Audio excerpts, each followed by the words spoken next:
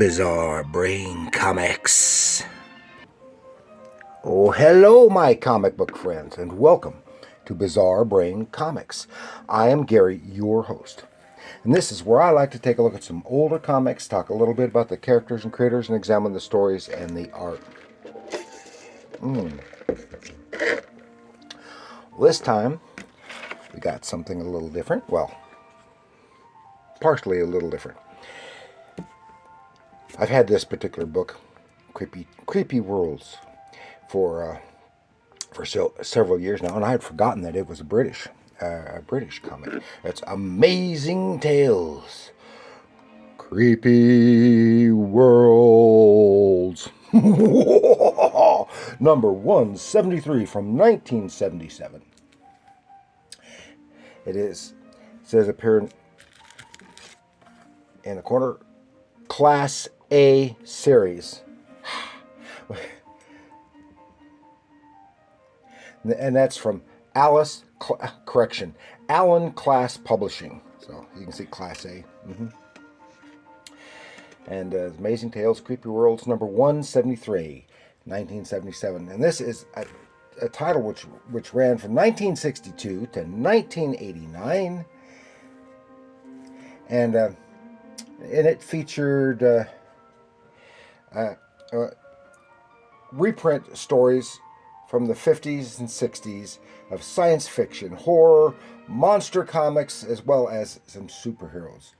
And these are from the U.S., including the Atlas Marvel books, some Charlton stuff, and some Archie stuff.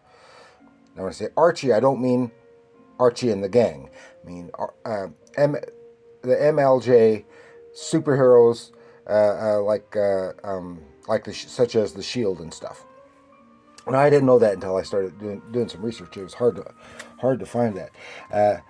So they focused primarily on the science fiction slash horror monster stuff, but they had some of the old 60s superhero stuff that could be put in a single story. And this is a fairly thick book. This is probably about the equivalent of the size of 3 normal sized comic books, but it is and it is square bound, but it is proportions are slightly different, because here you see a normal floppy sized comic size. This is a Silver Age book. No, it's not. It's a Bronze Age book. But here you see on the cover is says, "This is your last warning. Evacuate Earth." This is a Jack Kirby drawing, and so it's all filled with stuff from American comics. Now, to my knowledge, I have never seen any of these stories myself in this particular issue. I'd love to find more of these issues. This is the only one that I have ever seen, and you can see it is considerably different from most of the other. Where's another British comics? Even British reprint book, as you can see, size comparison and layout here.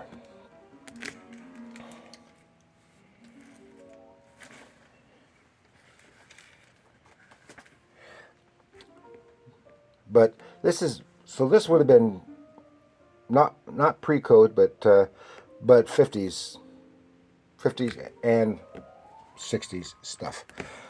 So here it's got about eight or 9 stories in it. That's several of them, and some very nice artwork. It's got Jack Kirby and Steve Ditko, and several others that I don't recognize. I think 1 or 2 might be Joe Maneely, but since there are no credits, you just have to recognize them, or some of them have the artist has signed them. So we'll take just a brief look. I'll keep it short and sweet. Yeah, here we are, Creepy Worlds. And see, there's nothing, no ads except for here in the back. Unfortunately, the back cover has been damaged, had to be glued. And here they're wanting a variety of back issues from various publishers, including their own. Maybe that, and I wonder, since I know some of the other some of the characters that they have published were part of Marvel UK, their reprint program over there. I suspect that some of this stuff may have been reprinted without consent. And it said there, no, here is last warning: evacuate Earth. Our cover story, which is not drawn by Jack Kirby. A spaceship comes to Earth. There's like a gaseous being here, and reporting it's going to land. It's very classic 50s-ish type of spaceship. It lands. The thing gets out, goes to tries to communicate with like a dog. It doesn't work. It finally finds a hunter. Finally realizes that the humans are the main life form. And tries to communicate, scares the bejeebus out of that guy.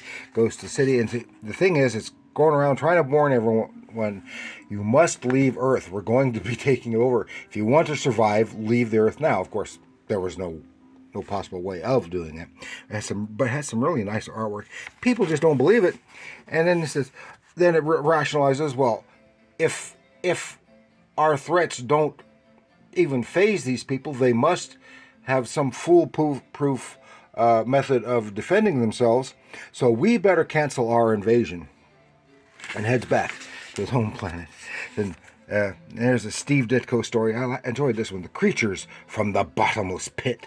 And this is a guy. He's like an explorer. Goes down in a bathysphere into a cavern, a pit that was discovered in the ocean floor, and it goes way down in there, and finds, well, here it is. He goes down, and all these little people assault him, and then we have the flashback to the story, what's going on, and the bathysphere goes down, and suddenly it's just in a cavern, and the water is just not pouring in. It's just somehow suspended. And this guy is very greedy and self-absorbed, and is trying to find something to is sure that there's detected something that will be extremely valuable. And here he goes down. He meets these little people. Find out that they're from a previous, originally from Atlantis, and they were little trickster people. And because of them, that Atlantis was sunk, and then they were condemned to remain in that pit, in that cavern down under the ocean floor for the rest of time. But they were convincing this fellow that to let them into his bathysphere and take him back up, and then they would run wild over the earth, and they would make him vastly wealthy and powerful and everything else. But then finally his conscience shows that he does have a conscience. He sends the bathysphere back up empty without him, and he is trapped down there with him, sacrificing himself to protect the earth. And that was an instrument all done by Ditko. Here's another one. This one I suspect may have been Joe Maneely, but I am not sure. It's some really, really nice artwork. Trapped in Tomorrow. This guy's working hard to develop time travel, and he does create a time travel machine to send him to some unspecified period in the future. I think it is, but I don't remember what it was. And let's see, some really, really nice stuff. Could be early Gil Kane, for all I know, but I don't think so. It is possible. And because that face makes me think of Gil Kane. And that's a really nice face there. And so he wants to find something that he can take back with him to his own time so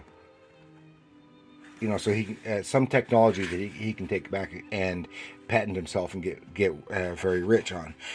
Besides his, but in any event, it turns out that where he appeared in the future had at that point in time was a garbage dump, but it was there. All the trash is disintegrated. So while he is gone, his time machine is disintegrated, and he is trapped in the future. Oh, that was cool. Man in the Iron Box. I don't know who this is. I'm not going to cover that one too much, but you can see some of the nice stuff. Rocket Ship X200. And again, no idea. I think this is some early Don Heck. I'm not positive on that. And it's just a spaceship. I've forgotten this story. Oh yeah, it's about in time. People have expanded out into the solar system, and this one guy has this cargo ship, rocket ship X200, which is a very old ship and doesn't go nearly as fast as the newer ships, so he's losing out on business. Well, in the process of that, he's out and about doing his stuff. He spots alien invaders, but the other ships are going so fast they don't see them. They're going by too fast and they don't see them. So he reports the alien invaders and winds up saving the Earth and all of its acquisitions out in the solar system from these invaders. And so he and other pilots of very old ships are put on a special patrol so that they can patrol the solar system, and so that they might be able to give early warning if there is another invasion. And Journey into Nowhere, another one, some really nice artwork here. I won't go into the story on this one. Caveman stuff, yeah. Another time travel story. Then here's a Jack Kirby story, The World That Was Lost. And here's a character in here. Remember, this is in the 50s. It's a handicapped fellow in a wheelchair, and he looks like a proto Professor Xavier. It looks a lot like Xavier did by Kirby in the 60s. And he is a wealthy man and has chartered a ship to go to some specific area trying to find, and he makes no bones about it, he's trying to find Atlantis. And everyone thinks he's nuts, but they go along with it because, well, it's his dime. And they finally get to the location that he wanted to go, and he thanks everyone on board. He gets up out of the wheelchair. Turns out he is a merman and dives over the side. Thank you for returning me to Atlantis. And here is Steve Ditko, the threat from the fifth dimension. This man realizes that in his dreams he is communicating and contacted by beings from another dimension, and who can only infiltrate our dimension through people's dreams, but only certain people are capable of doing it. And so he eventually realizes this, and has difficulty with his nightmares and stuff, and discovers that one of the doctors that he is working with in the psych ward, is one of these trans-dimensional beings, and he's able to foil him and block their access to the Earth, and he's finally able to sleep properly. Now here's another Kirby story, A Giant Walks the Earth. And this is about a smaller man, about 5'2" or so, who is a scientist of some kind of lab tech. It's very nicely drawn. Some very good backgrounds for Kirby. Realistic, contemporary type backgrounds. And he concocts a formula to make him larger. Well, he takes it, and he continues to grow. He gets so big, so huge, so incredibly huge, and he's just walking around panicking everyone. He's not out to hurt anyone, but he says, because he was small, everyone bullied him and commented on how small he was, etc. And said now he is basically the big man on campus.